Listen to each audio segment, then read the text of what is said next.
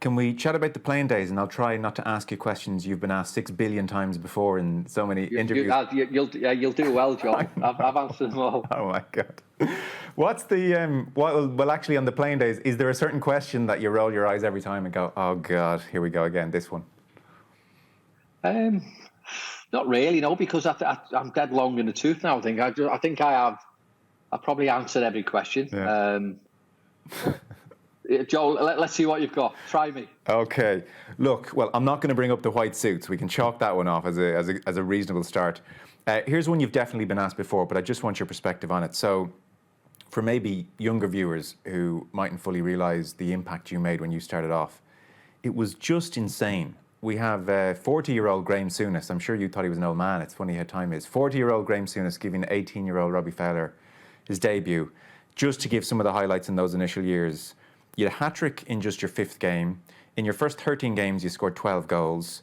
You were PFA Young Players Player of the Year twice in a row. You scored 30-plus goals 3 years running, 18 years old, 19 years old, 20 years old. You're the youngest player still, by the way, in Premier League history to reach 50 goals. And you did lots of other nuts things. The hat-trick against Arsenal in 4 minutes, 33 seconds. I'm amazed that was ever broken until Mane did it recently. And that's you've got me all flushed up now. You're blushing. And the thing is, they're just the bare stats. They don't capture, like, the excitement, the aggression you had, the quality you were bringing. I mean, geez, watching you striking a football was just outrageous. Do you know what I mean? There was just something gorgeous about it. And you scored such a variety of goals as well. That period is insane. What's your overriding memory of it? Is it just great times? Was it a bit, God, this is a bit much? Was it a mixture of everything? What is your memory? You know what? It's amazing how quick it goes. And I think you mentioned Graham Souness was 40 at making my debut, and I think it was going to last forever. And all of a sudden you click your fingers and your career's gone. It's finished. So I loved every part of it. Certainly, getting into the team, and you mentioned the theatrics, and I didn't realise the significance of my first game as a professional at Anfield. I'd made my debut against Fulham away in the League Cup. We won 3-1. Played okay. Scored a goal and had a hand in the other 2 goals, and it kept me place. But my first game as a professional at Anfield was a 5-0 win, and I scored the 5 goals. So. For a young lad to do that, and honestly, I didn't realise the significance, and I didn't realise until much. In fact, I probably retired. I didn't realise the significance of it was my first game at Anfield, and for a young lad to do that, I mean, it sounds like really egotistically, but it's absolutely astonishing. It really is, and I mean, if someone was to do that now, an 18-year-old kid coming in and scoring 5 goals on the first start at Anfield, I mean.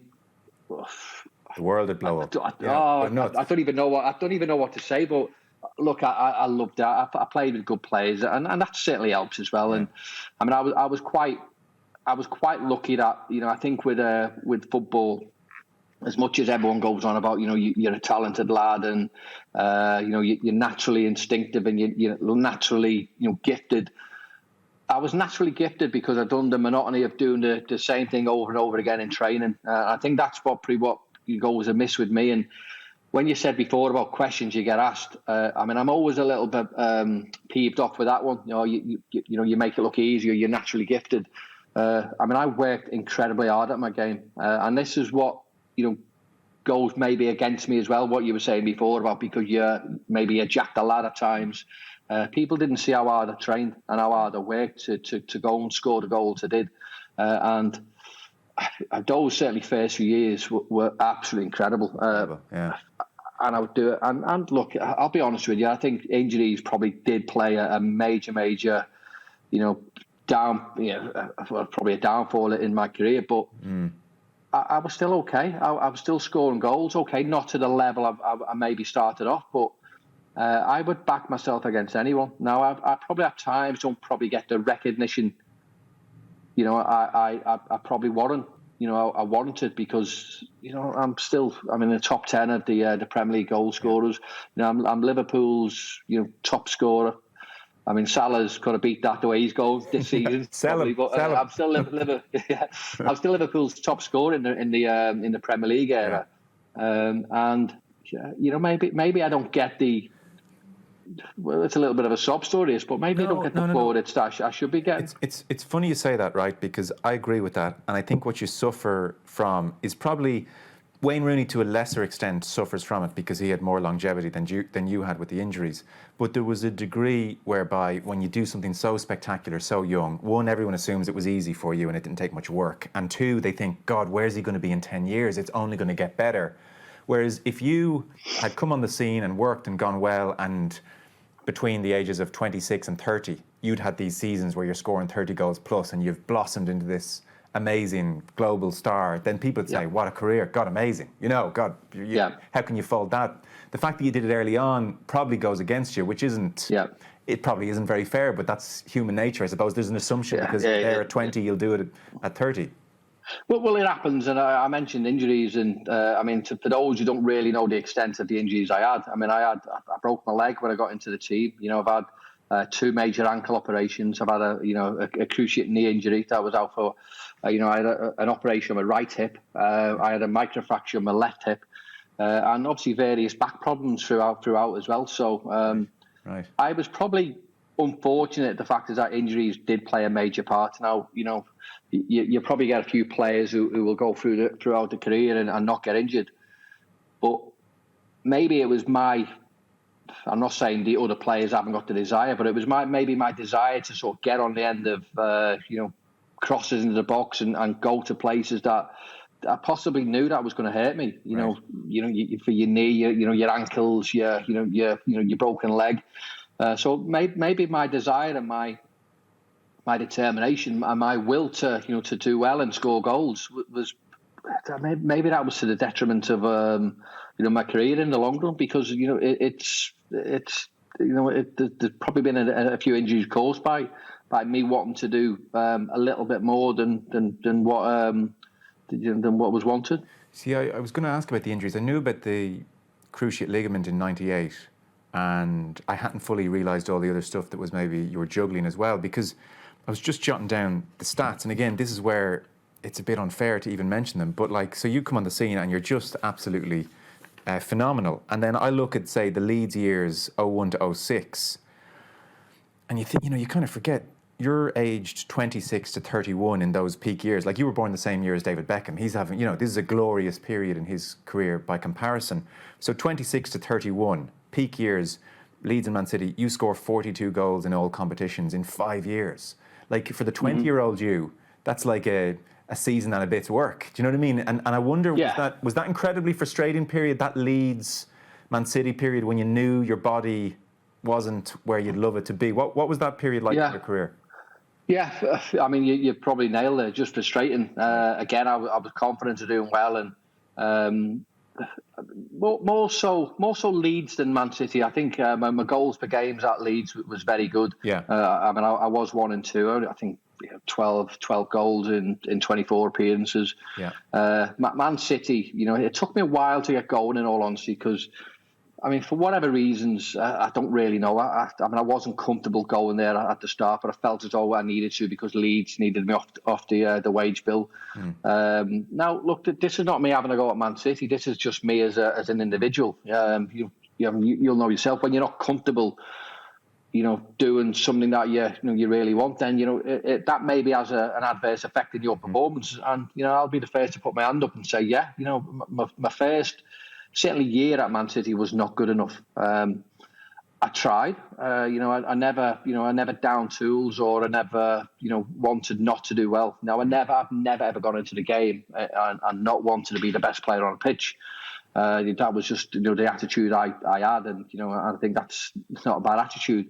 But my goals at Leeds were good. Man City, again, injuries, and my body just couldn't cope with it, and it's not me making excuses. No. There's reasons. Now, there's a difference between reasons and excuses.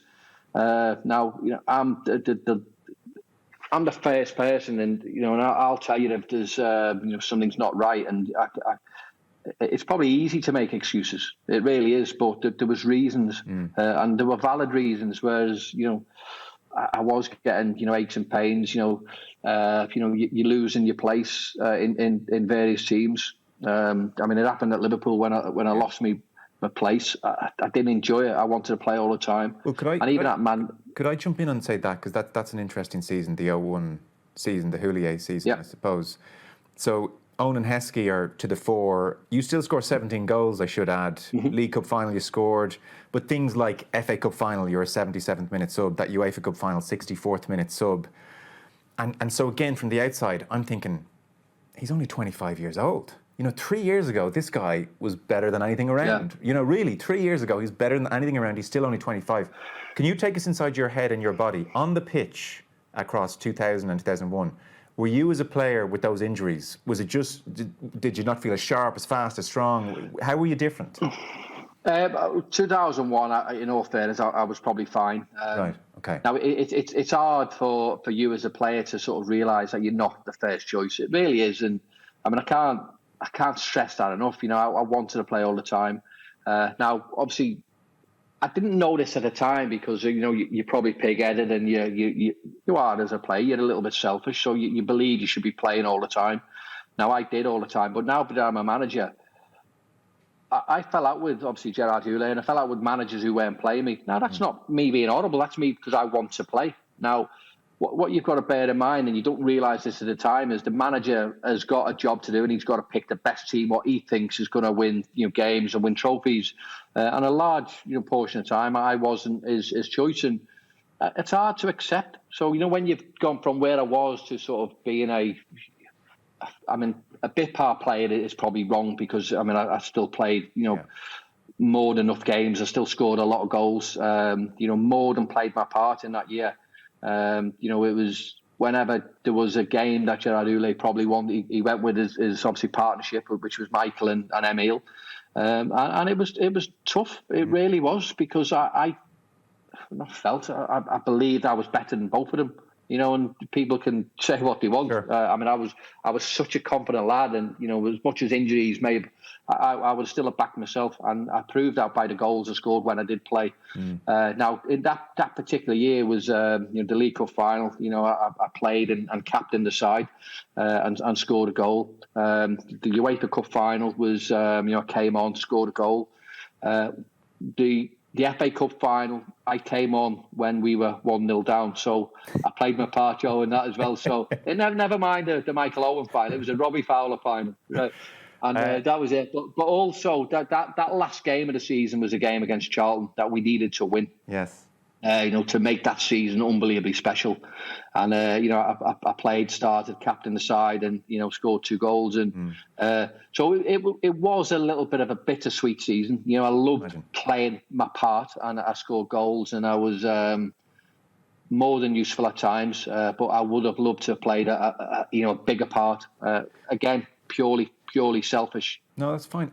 I think in fairness to you, over the years, you've never done a hatchet job on Houllier. You've never said it's a disgrace. You've never sounded bitter. And yet, I think if I was in your position, I just would be. Not maybe bitter at anyone, bitter about the injuries, bitter about how it worked out. I would be sitting on my couch watching the 05 Champions League final thinking, I'm 30, just gone 30. I would just be disgusted. I wouldn't be able to look at it. I don't know how you coped with all that. Well, I was funny enough. I was sat in the crowd thinking I should be playing it. Right?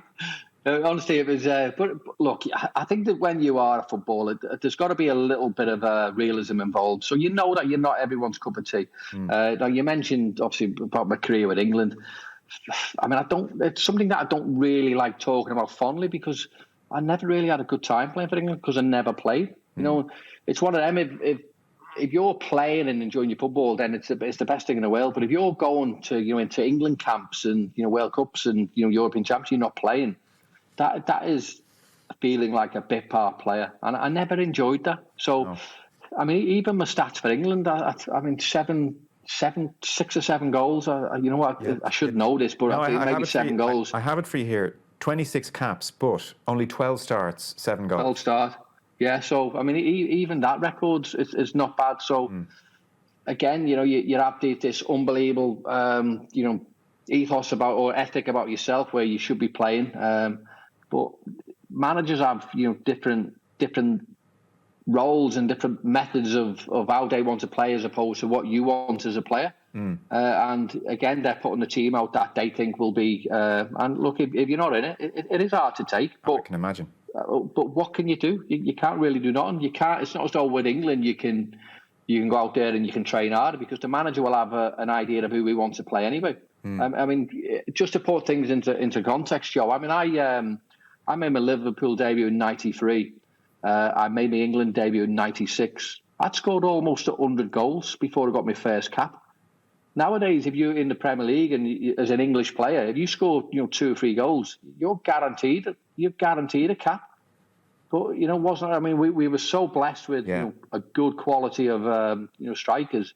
But I never felt I had maybe the chance that others. I know you'll probably get other forwards who can say the same thing as well. The likes of Andy Cole. I mean, Ian Wright possibly as well. He's got a few caps, but I mean, Andy Cole's record for his clubs in the Premier League was astonishing as well. So he's probably feeling a little bit peeved as well by the amount of starts he had. But that's what we do. Not everyone can play. The manager will have his own ideas, as I said, and okay, there's going to be a few disappointed players. And did you feel? So I'm trying to think of the era. Did you think of, say, Venables, Hoddle, Sven? Of those three, did any of the three like you? Did you get a better sense off one of them as opposed to the other two, or were you just kind of face never quite fitted? Did you feel? Maybe it just never fitted. You never felt one of them was really kind of in your corner as such, liked you? Not really, no. Well, look, I'm not sitting here having a go with them. I'm not saying they didn't like me, but they just maybe didn't think I was the player that other players were. I think it's a little bit arrogant of me to think that you don't like me. No, I think I'm a likable lad. As a player, I meant, not as a person. Who couldn't like you as a person? Come on. I know, Joe. Honestly, I'm so talkative. I will talk to anyone. But sometimes your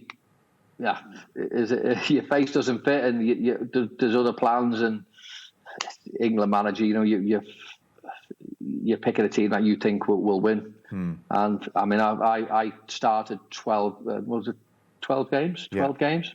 I should have a lot more caps. So that's why I don't really like talking about my England career as fondly as what I should have done. No, it's true. If you'd popped up 10, 15 years later, you'd have 80, 90 caps is the mad thing. But it's one of them, Joe. Sorry, yeah, Joe. It's when you're a player and you're going away with England, and then you're in a hotel for, I don't know, maybe 10 days, 11 days is what it is now, and you're not playing. It's hard to sort of get your head around, what we're doing here. And you train and knowing that you're not going to play. Okay, I mean, that might happen at club side as well, but me I did play. I did play more for my clubs as opposed to the England side. So it was hard. It was hard for me to sort of adjust to that. The other thing I want to ask you about, so working class background, teenager, thrown into this circus and money thrown at you and ample opportunity to screw the whole thing up is thrown at you, and the number of players, unfortunately, who 5-10 years after retirement are bankrupt is off the charts. It's terrible, and it's understandable how it happens, I would think. Again, in the perception versus reality thing, you've clearly got a very smart head on your shoulders because you've built this empire and it's we all live in a Robbie Fowler house and all that kind of stuff. So you were clearly really smart with the privilege that you were given, the money that you were given. How does that come about? Like, was that you that drove that? Did someone get in your head early and say, you got to make this money work for you? How is it that you get to a point where, like, unlike so many, you set yourself up for life and you take advantage of the opportunity given to you? Because that is a really impressive thing to do. Yeah, look, in all fairness, again, I was a young lad, so, not really interested about, 20, 30 years because you want what's happened and you want it now. I'll take the Ferrari. I'll take the Ferrari. Yeah, don't get me wrong. I've had all the good cars and various other things as well. But it was just a financial advice. A financial advisor who got onto me early doors. A financial advisor who I met through Graham Souness actually, and he just got hold of me straight away. And he went, "Look, I think this is probably, relevant that you need to do." And I've looked after all my family all my life. I'm quite comfortable now, and. Yeah, I've had a good life, and it's all through football. So I'm not stupid. I'm there's obviously various investments that haven't worked, but there's various investments that have worked as well. So, not everything is always as rosy as what it seems. Right. I didn't have the houses as much as what people think. Okay. Obviously, I have had them, but again, I've had my head screwed on the right way by people, listening to people around me, listening to the advice, and getting good advice. Really have. And I take it on board what you say. Not everyone does get that. I think the modern footballer now will probably understand it a little bit more. And maybe if I've helped in that way, then maybe I could have been like a little bit of an advocate because they've seen sort of what I've done. Then absolutely brilliant. If my sort of pathway into what I've become and what I've done has been an indication of what you should be doing as a player, then absolutely brilliant. Because football had changed. Players didn't necessarily just after retired and go and buy a pub and then spend the money. Football, you were getting more money, and it was the sensible approach is your career is not going to last forever. So you've got to be clever. You've got to listen to people around you. It's like being a manager. I think I don't claim to know everything. I really don't, and even still now, I don't know everything. But it's important you get the right people around you so you can bounce off them and they can bounce off you. So, as a manager, you don't want yes men. You want people to challenge you, and you want people to to say when maybe you're making a wrong decision, or maybe you should do this. And I think that's part of my remit, if you like. Yes. I'm clever in terms of I can speak to people.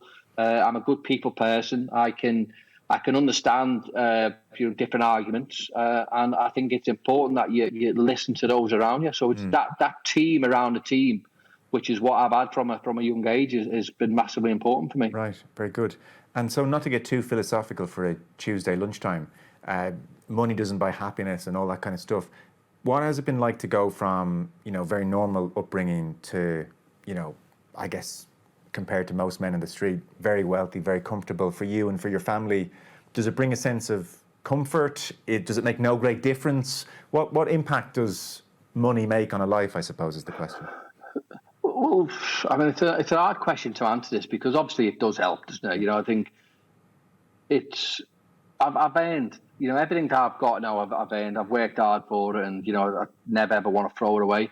But I'm just still the same person. I spoke before about, ever since I got into the team, I've always looked after my family, and I'll look after the people who I love for as long as I live, and that's me as a person. That must be a great thing to be able to do.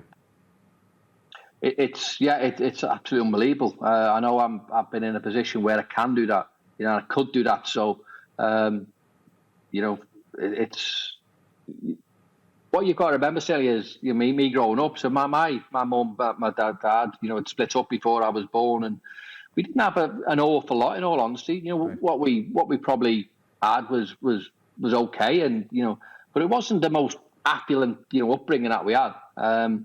But my mum worked hard. My dad done what he needed to do to try and get us to survive, and I knew as soon as I got money, I was gonna help my mum. I was going to help my nan, who's obviously no longer here as well, and because they were always important in my life and my upbringing and the type of person I am.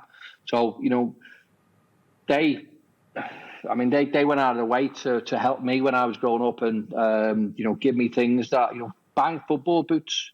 Sometimes we probably couldn't afford them, and my mum would go out and get me football boots when it was not necessarily I needed them.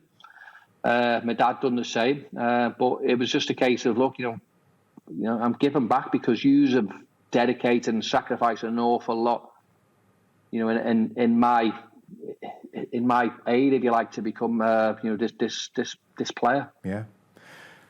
I've got some quick fire questions from fans as we wrap up, so I'll throw them at you in no particular order. Some of these I've snuck in myself, to be honest. First one is from me, so you can shoot this one right down. You're not going to like this one. Which Manchester United player from mid to late 90s, your era, would you have taken to Liverpool, and why? Oh, it's a good start, this one. Like that one? You know what? I mean, I love David James, right? I think David James was, a good mate of mine, but he's a great keeper. But I would probably, looking at that, I mean, I thought we had a great team in all fairness. We were probably just a little bit behind Manchester United. Maybe Peter Schmeichel, right. that area, yeah. That a good answer for you? I can't quibble with that. On the There's a few. Well, there's a few. Yeah, go on. Who else crossed your mind?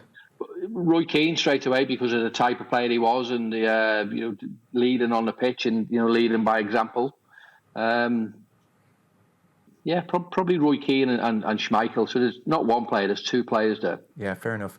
Do you know what would jump out about the two of them? Loud on the pitch, a certain attitude. That 90s Liverpool team, the word mentality is often thrown at them a little bit.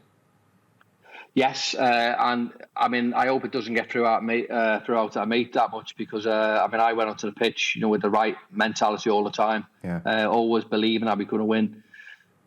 What actually happened is we had a good team, but in all honesty, we were probably not as good as the team just down the road. So they were probably they probably were as more consistent than what we were. I mean, we'd probably lose against the so-called weaker teams that we should be with, whereas Manchester United would like steamroller them. Right. But whenever we played against the big guns, i.e. the Manchester Uniteds or the teams of that ilk, I mean, we sort of more than matched them. We more than give them a game. So yeah, we proved that we could mix it with the best, but it was maybe the consistency of losing games against the so-called weaker teams. Yeah, I could see how you'd bristle at the mentality thing, by the way, because I was even looking that FA Cup year, which again, the headline news there is white suits, suspect mentality. But I was even looking against United that year. At Old Trafford, it was a 2-2 draw. You scored both goals. And 2-0 at Anfield, yeah. And you scored both goals. So 4 goals in 2 games against United. I could kind of get how you wouldn't necessarily welcome being told your mentality wasn't quite there. Big games you're delivering there. So I get how you'd bristle a bit at that tag thrown at all of you. Yeah, well, look, of course, people can throw it and people can say it. But not everyone in that team had a mentality problem. Some of them might have done. So some of them might have felt a little bit inferior, and I would like to think they didn't. But I mean, the way I think, and I've said before, is consistency. So fair enough. We were a good team, but put your hand up and say the other team we just knew how to get results better than what we did. Now I'm making a mess of this. This is meant to be quick fire, so I'm going to pick it up here. I know. I was thinking that. You've got to get your dinner soon at this rate. So we have... this is a tied-in question, so I've done this guy a disservice. Stephen Malone. I'll read out his question, and you've sort of answered it. He says, for Robbie, was there ever a season in particular you sat back, looked at the quality of the Liverpool players in the dressing room and thought, how did we not win the league this season? We've sort of touched on that, but I guess that's a question that comes your way. Yeah, and it is. It's a valid question. I mean, there's obviously loads of great teams we've had, and I mean, it's funny. You even think of the Liverpool team now, and you think of the great Liverpool teams of the past. I mean, all the great players and all the great teams that they've had.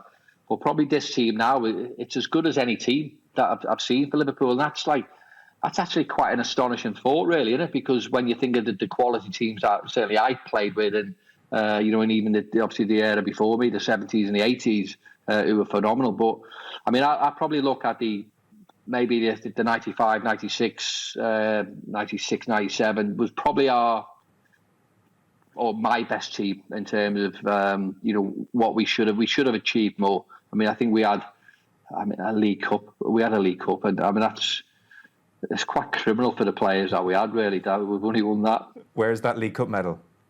I'll have it upstairs. Actually, I'm not a show pony, Joe. I've not got nothing on show, so it'll be upstairs in a box.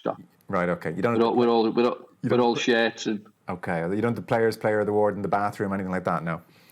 Nah, nothing on show. You wouldn't. To be fair, you walk around his house now, you wouldn't think I was a football player. I know. Well, look at it behind you. You've no furniture.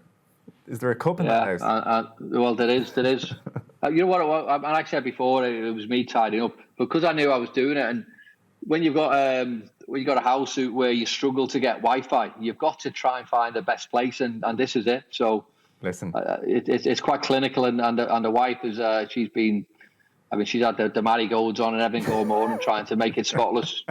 I've obviously helped her though. Oh yeah, you missed a spot.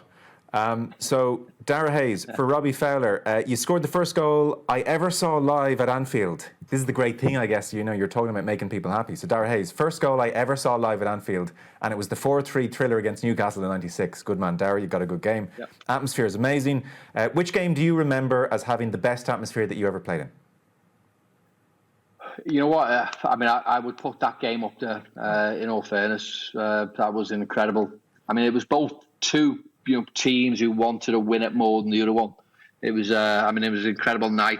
The game that ebbed and flowed, and Newcastle at the time were brilliant. Really, brilliant players in obviously Ginola and Ferdinand, and and a few other players. But we weren't too bad ourselves. But that game and that moment and that last minute winner. I mean, the whole place, not just the Kop, but the whole Anfield just erupted. Shook, yeah. And certainly as a player, that would be up there.